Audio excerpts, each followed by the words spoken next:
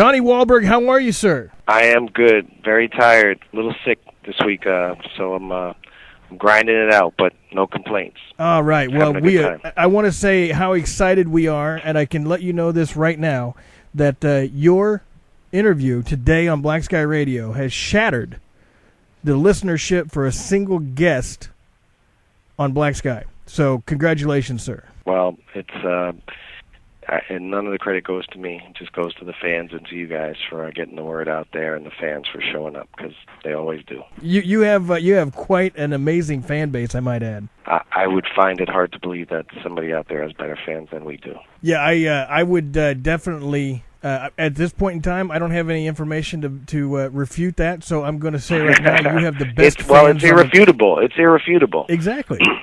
I would bet my life on it. I often do. They bring me cupcakes and cookies and stuff, and people look at me like I'm crazy when I start eating these things, and they're like, "Dude, someone's going to poison you." I said, "Nah, man, these fans wouldn't poison me. They just want to make sure I got enough fat on my bones, so it's all good." Well, I want to thank you very much for taking time out of your busy schedule to join us today. Our producer, the guy who's behind all of this, is on the phone with us as well. Ross, are you still there? Hi there. Hi, Donnie. Thanks for coming on the show. Of course. Thank you, Ross. Sorry it's been so long, but we're here. We did it. We did it.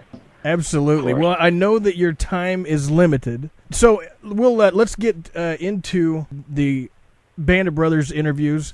It was such an amazing show. And you guys did such a great job of putting it together. How did it start for you? What was the we've heard a lot of great stories about the audition process. What was yours like? Did you go in reading exactly for Lipton, or did you go in like everybody else and read for like 5 other people? No, I got a call initially about, Tom Hanks was doing a World War II show. And my initial reaction, I mean this with all due respect to Tom Hanks, was, because I had seen Apollo 13, and then I knew they did From the Earth to the Moon. And I said, well, it's just going to kind of be the same thing, but for World War II. And I didn't really latch on to any character on From the Earth to the Moon, and it was such a big production. I mean, it was brilliant, but it wasn't my sort of cup of tea. And I didn't know. I just figured Band of Brothers would be sort of the same thing, and I got a script sent to me, which was the Breaking Point episode during when Carwood Lipton really sort of came to prominence, at least in the show, the Battle of the Bulge. And I read the script, and I couldn't believe how amazing it was. But ironically, they wanted me to read for Spears. So I read the script, I loved it, and I went in and read directly. Tom Hanks and I read the scene together, and I was reading for Spears, and which ended up being played by Matthew Settle. And the audition went well, but it didn't feel like the right part for me, at least at that point in time. It just didn't feel like that was the character, and I didn't feel like I had a great grasp on it. In an audition room, I think I jumped and hid behind a sofa and was really playing out all these battle stuff, in Tom Hanks's office, and it just didn't feel quite right for me. And Tom Hanks being Tom Hanks, he's one of the smartest guys, that you'll ever meet. He kind of sized me up, and I'm not sure if it was in the room on that day or if they called my agent and said, Tom really loves you, but he'd like you to come back and read for Carwood Lipton. And I said, well, that's the part. That's what I want to play. So absolutely. So I started to learn the Lipton scenes, and when I went into the next audition, that was sort of the cattle call audition that probably most of the guys have told you about out in L.A., and there was about 50 to 100 guys there. And I remember specifically Kirk Acevedo and Frank John Hughes and Scotty Grimes, and meeting a lot of these guys there. And I got called in to read. I read a couple of Joe Toy scenes. For some reason, they asked me to read the Joe Toy scenes. But specifically, I went in to read a really huge 3-page Carwood Lipton scene. And I read the scene with Rick Schroeder, who was reading for Winters. And when I went into the room, it was Tom Hanks and Steven Spielberg and Tony Toe, one of the executive producers, and a few other people in there. And Steven Spielberg grabbed a video camera, and he basically he'd already read a scene for Rick Schroeder as Winters, so he was more focused on me in the scene. And he basically sat behind Rick Schroeder and had the camera on me the entire time. And I felt like I nailed the scene, but the real crowning moment was when I finished. Steven Spielberg closed the camera flap, and he looked back at Tom Hanks, and he said, I think his exact words were, "That was awesome." Yeah. And I was like, "Oh man," I said, "I think I just got this part." And I've been in many rooms before with the casting directors and people like that, and we do an audition as actors, and they say things to make you feel good when you're leaving the room, but you don't know that whether you've gotten the part or not. And I think that's the one time in my career that I actually really felt like I just got the part. Yeah, when Spielberg says, awesome. His reaction was unbelievable. And Tom Hanks then looked over at me with kind of a raised eyebrow look like, "I guess you nailed it, kid."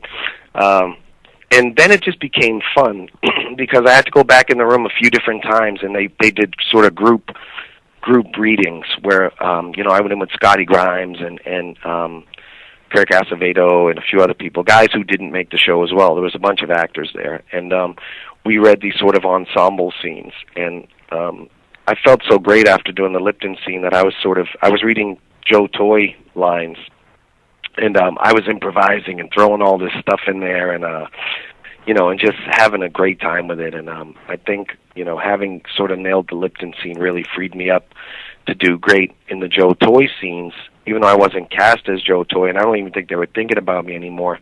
I still did the scenes, and I was able to be so comfortable and confident in them that I think it only sort of enhanced my sort of position with the powers that be on the show. But it was really one of my favorite moments as an actor. I've had moments on screen where I felt really great, and been at premieres and had conversations with some of the greatest actors of all time. I mean, I've worked with Pacino and De Niro, and done so many different things. But that audition for Mr. Spielberg and Mr. Hanks was really maybe one of the proudest moments of my career. I know that, and I'm pretty sure most of our Band of Brothers listeners know that Mr. Lipton passed away in 2001. Did you have an opportunity to talk with him before shooting, or how did you prepare for the role? I spoke to him the day I got offered the job. I spoke to him. I spoke to him probably 10 times before I went over to England to start shooting. And while I was there shooting, I spoke to him pretty much every day. I would call him. If I wasn't working for a few days, I probably wouldn't bother him. But anytime there were scenes coming up, or after a scene, sometimes I would call him a night before a scene, and I'd say, "Hey, this is what we're shooting tomorrow. Do you have any insight? Do you remember anything about it?" And he was he was just amazing. He was a friend. We became friends, and we spoke a lot about other things, about our children and life and different stuff. But he gave me so much insight into so many things. And sometimes there would be little inaccuracies in the script, and not by any fault of anyone, but for example, in episode 8, there's a scene where Lipton's sick, and he's sitting on the couch in the HQ, and I think Jones, the character played by Colin Hanks, he shows up for the first time, and he was written sort of Lipton was written sort of as dismissing this guy and not really liking the guy very much. And I called Lipton that night before we shot the scene, and I said, "Hey, we're doing the scene. Do you remember this guy? Is this a legit character?" He said, "Oh yeah." He said, "I got along really good with the guy." He said, "I really liked him." And, I said, "Well, this is what the scene's about. You're kind of cold and distant to him." He says, "Well," he said, "I don't think I would have been that way." He said, him and I hit it off really good. We spent time together, and he was actually a good soldier. He was green when he got in, but he did a great job and did a good job leading us. And so I took that information and sort of played that in the scene. And, rather than sort of dismissing, Colin Hanks' character, when he walked in the room, I sort of embraced him a little bit, and it's very subtle. It's very subtle. It's not like, I can rewrite the whole scene and show up and say, hey, let's go hang out. It's just, it's a subtle choice that an actor makes, but it definitely, the information I got from Lipton informed me a lot, and it allowed me to make that choice. There are other scenes as well. I think in the Breaking Point episode, there was a moment after Muck and Pancala were killed in the foxhole where one of the guys finds the crucifix that one of them was wearing and hands it to Lipton, and Lipton that hands it to Malarkey. And, that scene was written sort of as guys were building sort of a cross, a little memorial to the guys. And Lipton told me specifically, he said, one thing that us veterans really don't like is when, in movies, when they stop and do these they build these crosses and do that stuff. So we didn't have time to do that. We couldn't do it. We're waiting for the next attack to come from the Germans. We're waiting for, mortars to start coming down on our head. We didn't have time to build memorials where a guy got killed. He said you get as far away from it as possible when a guy got killed. He said, and that's the tragedy for a soldier, is that when one of your buddies gets killed, the first thing that runs through your head is, thank God it wasn't me. And, it's not till a week later when things settle down or you get pulled off the line that you're alone and you have time to calm down and you think, and you suddenly, the guilt hits you that you felt relieved that it wasn't you. And suddenly your heart's broken that you sort of had a moment of relief when your friend died instead of a moment of shock and tragedy. And that's what really got a lot of these guys, is that it's not till later when things calm down that you can really memorialize or have a tribute or have a moment to even acknowledge what's happened to your friend. And, he was really adamant that he didn't want us, he didn't say don't do the scene where you're like someone's nailing a cross into the ground, but he told me most veterans scoff at those scenes. And so I went in the next day and I told the director, I said, look, I don't think we should do that. He said, why? And I said, well, this is what I was told by Carwood Lipton. And, his thing was, well, sometimes, they say that and, it's going to be very dramatic. I said, yes, but we can make it dramatic without it. And I said, and here's the bottom line is we were told by Tom Hanks and Steven Spielberg that we're here to honor these guys in their memory. And, if he tells me specifically that doesn't really do honor to them, then why not honor it? Why not come up with another way to shoot the scene? And the director was a great guy, and he said, you know what, you're right, let's do it. Let's do it a different way. What do you want to do? And we came up with a new way to shoot the scene, and it worked. Yeah, I think that's one of the most important aspects of the entire series is the relative ease on how the producers and the directors worked with you guys who have been in direct contact with the real men of Easy Company, and to make subtle changes like that, I think it's what made it great. It really was like we weren't at war, but it was definitely like we were in the Army. There's no question about it. We weren't at war. Nobody was getting killed. Nobody was having bullets fly by their head, and our lives weren't in danger. But we were like being in the Army. I mean, we were the grunts. We'd march, from our little tent down to the set. It might be 3 miles one day. We would march down to the set. We'd sit there in the rain or the sleet or the sunny days, whatever it was. We were out there sitting in the woods, waiting for our commands. And the sort of the directors and the producers were like the officers, and they would they'd call down to the set and say, hey, we need these 3 guys up here to shoot this piece. And I was the sergeant of my platoon, and then the company sergeant, playing Lipton, I had to act that role out in a military form. I had to go and say, hey, Blarkey, so and so, grab 3 guys and get up there and shoot this scene. And they'd go running off, they'd grab their weapons in their packs, and we were responsible for everything. We didn't have guys like taking care of our weapons and babysitting us, like on a typical movie set. I mean, we were responsible for everything that we had, and we had to steal rations from the breakfast tent in the morning and bring them down because guys would be starving, 10 hours later we hadn't eaten all day, and we'd be like breaking out rolls and breaking them into bites and giving them to guys so we wouldn't starve out there in the field. I mean, it was pretty awesome and intense, but we had to depend on the directors and stuff like officers, and some directors were smart, and some of them trusted the soldiers and said, look, I'm new out here. I haven't been out here with you guys for 6 weeks.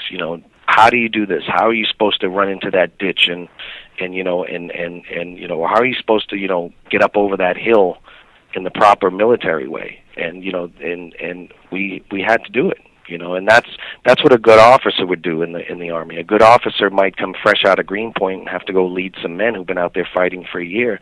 And, the smart ones trust their sergeants at that point. They, Sarge, how do you want to do this?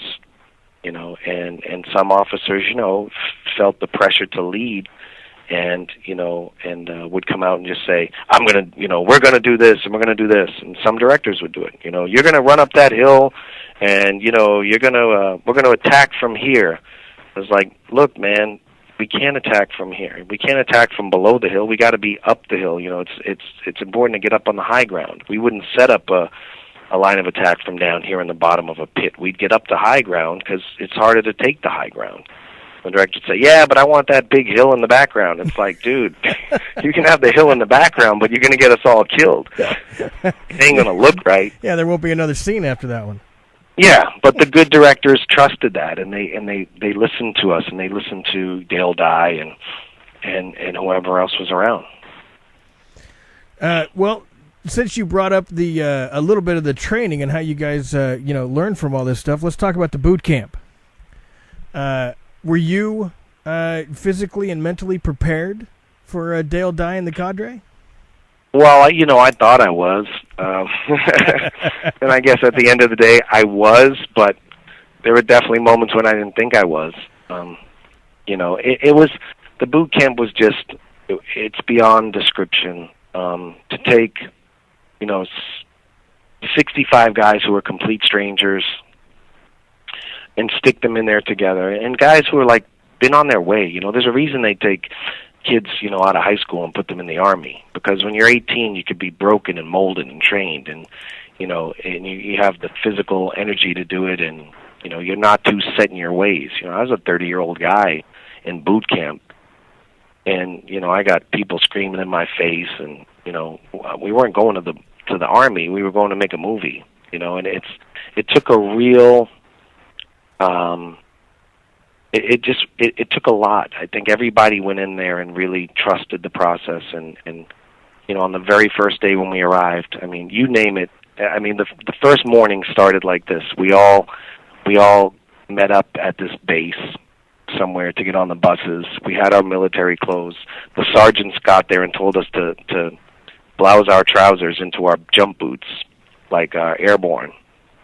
And so we're all doing it. And we're all like, yeah, and I look great, and I'm cool, and everybody was feeling like all cool, and except for the guys who were getting reamed by the sergeants, like, you slob, get your bag, where's your shit? It's like different guys were getting reamed, but as soon as we get off the bus, we get into formation at the camp, and Dale Dye comes out, and the first thing he says is, get those damn trousers out of your boots. You haven't earned the right to put those trousers in your boots. You're not airborne. It was like, oh my God.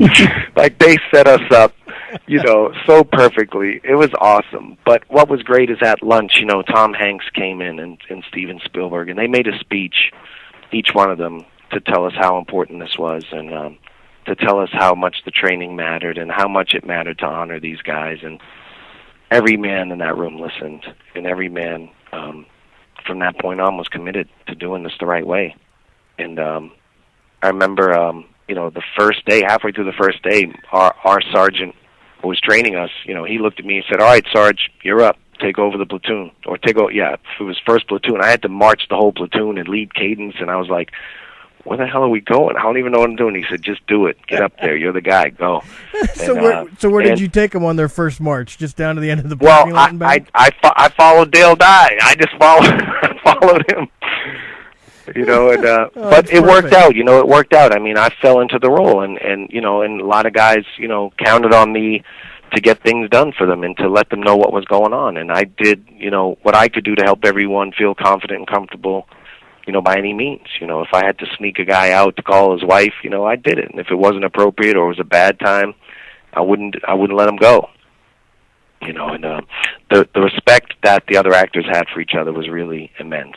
And it really everybody was committed 100%. But I think one of my favorite moments in boot camp is we had done so many field exercises and all this stuff, and I was standing there. It was a sunny afternoon, one of the very few sunny days that in the whole year that we were there. And I was standing next to Neil McDonough, who was in a different platoon. I don't even know if he might have been playing an officer at that point. I don't know. I think he was still assigned to the second platoon, though, so he wasn't really around us much. My platoon was first platoon, but him and I were standing next to each other, and he was like, he was talking about how exhausted he was and how hard it was, and we're talking as we're watching guys doing crawling exercises.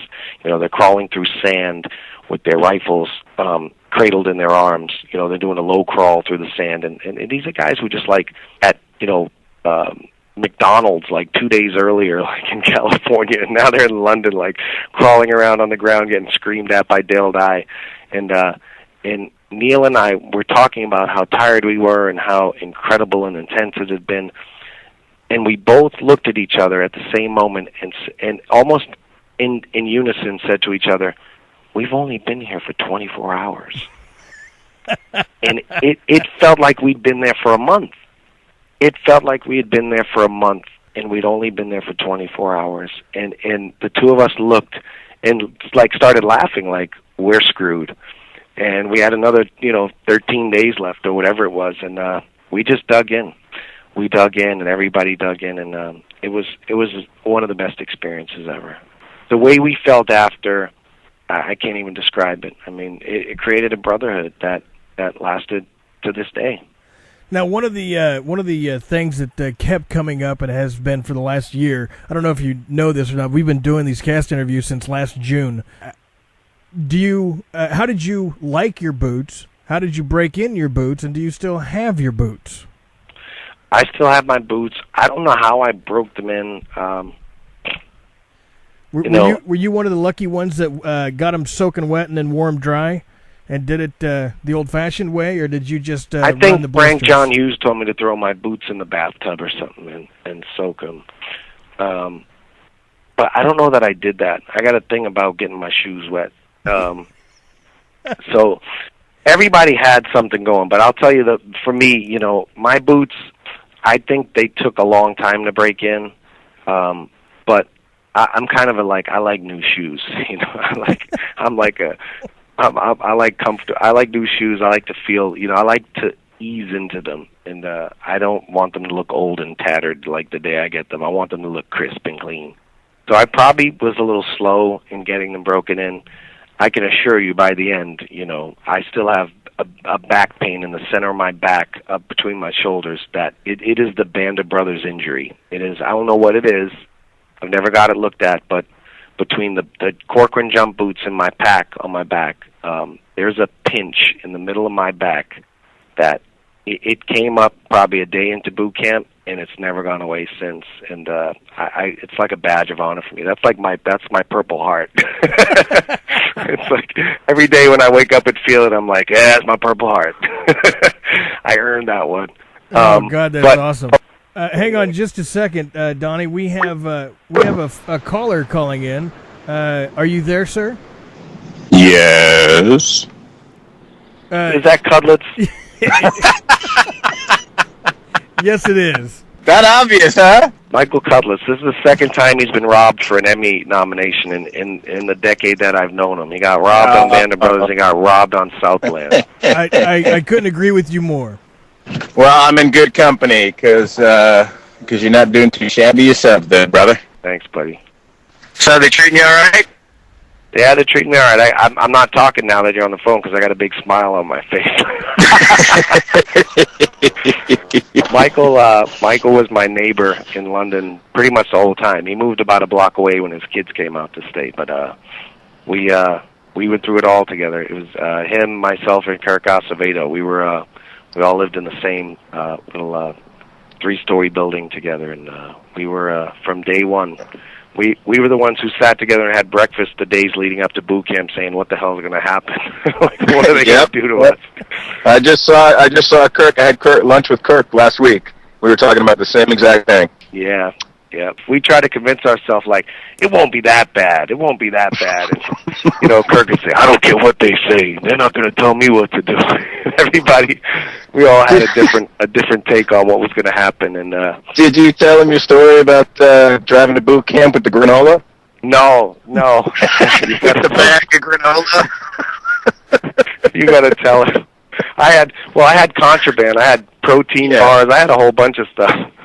Yeah, but that was it. He was going up to grab something to eat on the way there, and somebody yelled at him, and he thought they knew he had the food, or they were following in cars and watching us get up. So I think he threw half of it away on the trip there.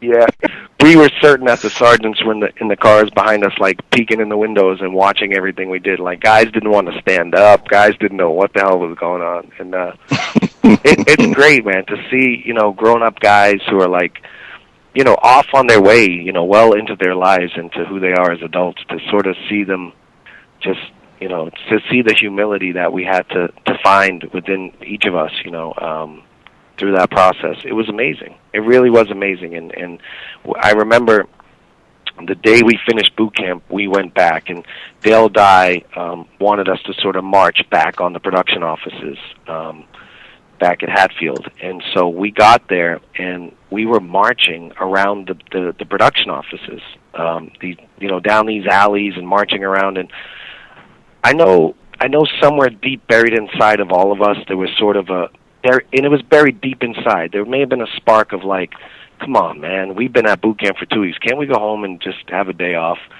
But it was so buried by the pride that we had.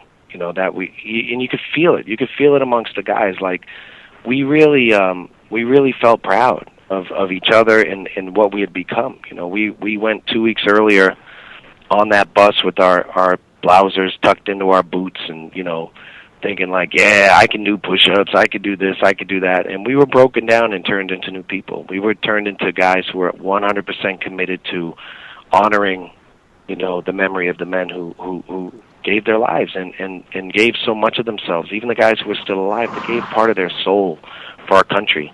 And we were ready. We were like, we came back, we weren't going to fight anyone in real life, but we came back a pretty well-oiled fighting machine, and we were ready to shoot. We were ready for the 8 months ahead of us of making, the greatest miniseries in the history of television. Well, as Cudlitz will tell you, I tell them all the same thing. It shows. The Band of Brothers show your dedication, and what you just described definitely was visible. It came out on the film, man. It was great. Yeah, it really was. Really was. And there are moments that that are on film that people that we know as friends and as brothers and comrades that we know, like the episode that I spoke about earlier when Colin Hanks' character was introduced. The guys that we shot that last. And that episode was about guys sort of being like, okay, the war's over, we're pretty much over it, why are we risking our lives now? That episode was shot last, and it was like, and the wear and tear that the guys were acting, it was real.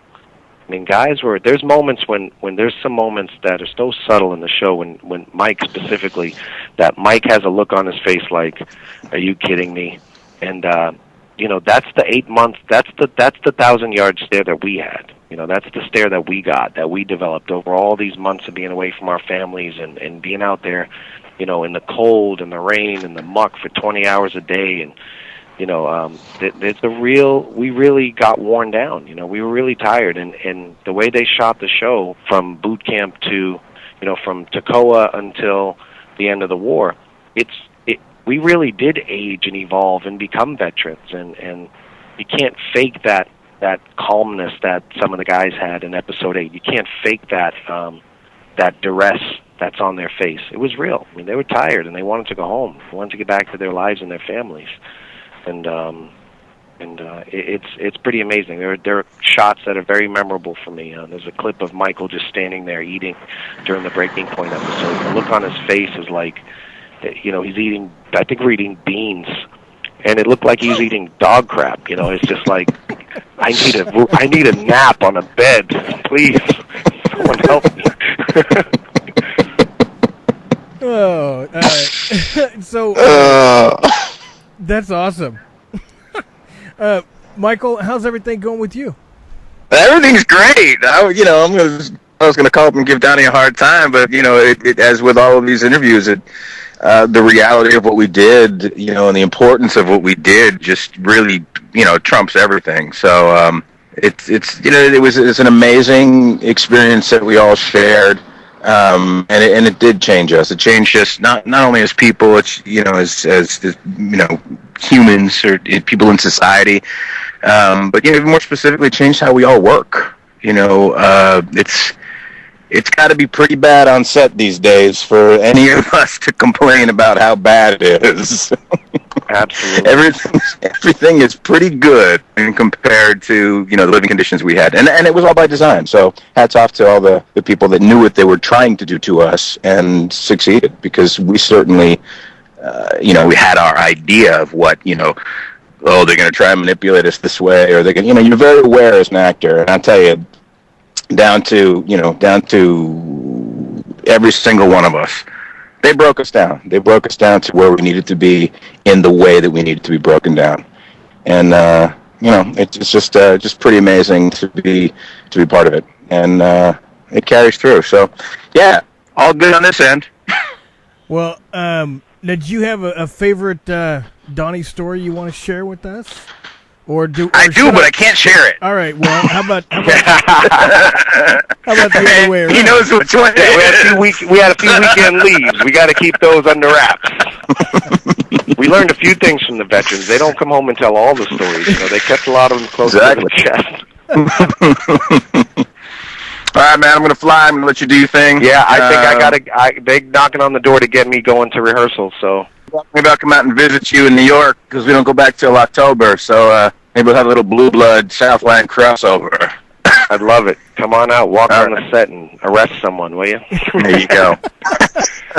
All right, guys. You take care. Let's say goodbye. We'll talk to you later. Hey, yep. Hey, guys. I'm gonna run off to go rehearse as well. So I want to thank you.